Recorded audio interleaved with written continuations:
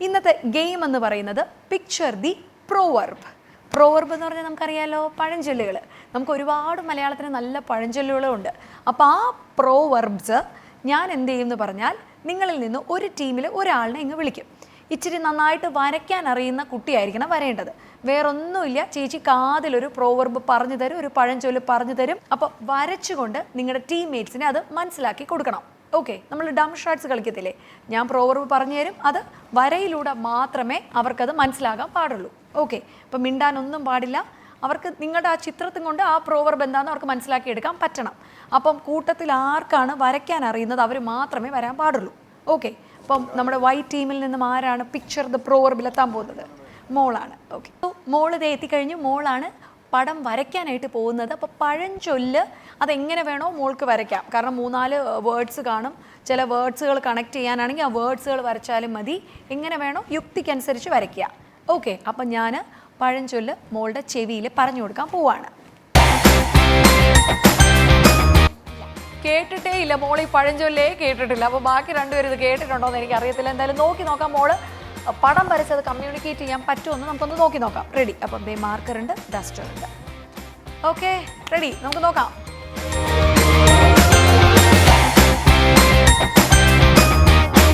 വരയ്ക്കുന്ന കുഞ്ഞാണ് കേട്ടോ. ഓക്കെ, നീ പറഞ്ഞോ, വെറുതെ ഇത് എന്തൊക്കെയാണെന്ന് വെറുതെ വായിത്തോന്നിനെ വിളിച്ച് പറഞ്ഞോ. മൈക്കെടുത്ത് എന്ത് വേണോ വിളിച്ച് പറഞ്ഞോ.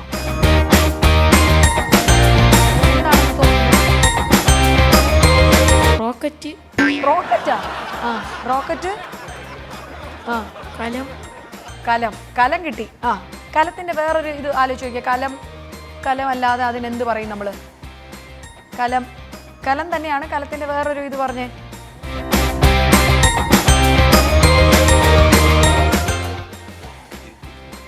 എന്തായിരിക്കും കലത്തിന്റെ വേറൊരു വേർഡ്? മോൾക്കറിയോ? പഴഞ്ചൊല്ല് അറിയോ നിങ്ങൾക്ക് ഏതെങ്കിലുമൊക്കെ? എനിക്ക് തോന്നുന്നു അപ്പനും അമ്മമാരൊന്നും പഴഞ്ചൊല്ലുകളൊന്നും ഇപ്പോൾ കുഞ്ഞുങ്ങളെ പഠിപ്പിച്ച് കൊടുക്കുന്നില്ലേ സാറേ? പണ്ടൊക്കെ നമുക്ക് എല്ലാ പഴഞ്ചൊല്ലും അറിയായിരുന്നു. ഏതെങ്കിലും ഒന്ന് നോക്കി, ഇതെന്താന്ന് നോക്കിയേ, ഇതെന്താന്നാ തോന്നുന്നേ? നീ എന്തെങ്കിലുമൊക്കെ പറ. റോക്കറ്റ് അല്ല, നീ വേറെ എന്തെങ്കിലും പറ. റോക്കറ്റ് അല്ലാതെ റോക്കറ്റ് പോലെ ഇരിക്കുന്ന നമ്മുടെ ഈ ലുട്ടാപ്പി. കുന്തം കിട്ടിയിട്ടുണ്ട്. ലുട്ടാപ്പി എന്ന് പറഞ്ഞത് കുന്തം കിട്ടിയിട്ടുണ്ട്. ഇനി കുന്തം, കലം ഒന്ന് ആലോചിക്കുക. എന്തായിരിക്കും കുന്തം വെച്ച് തുടങ്ങുന്ന എന്തെങ്കിലും ഒരു പഴഞ്ചൊല്ല് ഓർമ്മയുണ്ടോ എന്ന് നോക്കിയേ. കിട്ടിയോ സാറേ? കുന്തം വെച്ച് തുടങ്ങുന്ന ഒരു പഴഞ്ചൊല്ല് കിട്ടിയോ? കിട്ടി. വരച്ചു തീർന്നു. മോള് വരച്ചോ? ഇനി വേറെ എന്തെങ്കിലും ആഡ് ഓൺ ചെയ്യാനുണ്ടോ? ഇനി പറയരുത്. ആ, കുന്തം വെച്ച് തുടങ്ങുന്ന ഒരു പഴഞ്ചൊല്ലാണ്. കലത്തിന്റെ വേറൊരു വാക്ക് നീ ആലോചിച്ച് നോക്കിയേ. കുടം. കുന്തവും കിട്ടി, കുടവും കിട്ടി. പിന്നെ എന്താണ് എനിക്ക് നീ കിട്ടാത്തത്? കുന്തവും കുടവും കൂട്ടാം. കുന്തവും കുടവും കൂട്ടും. വേറെ ഒന്നുകൂടെ പറഞ്ഞു, ഒന്നുകൂടെ ആലോചിച്ച്. മൂന്നാമത്തെ മനുഷ്യൻ എന്താന്ന് മനസ്സിലായില്ല. മോളെ വേറെ എന്തെങ്കിലും നോക്കി നോക്കിയേ.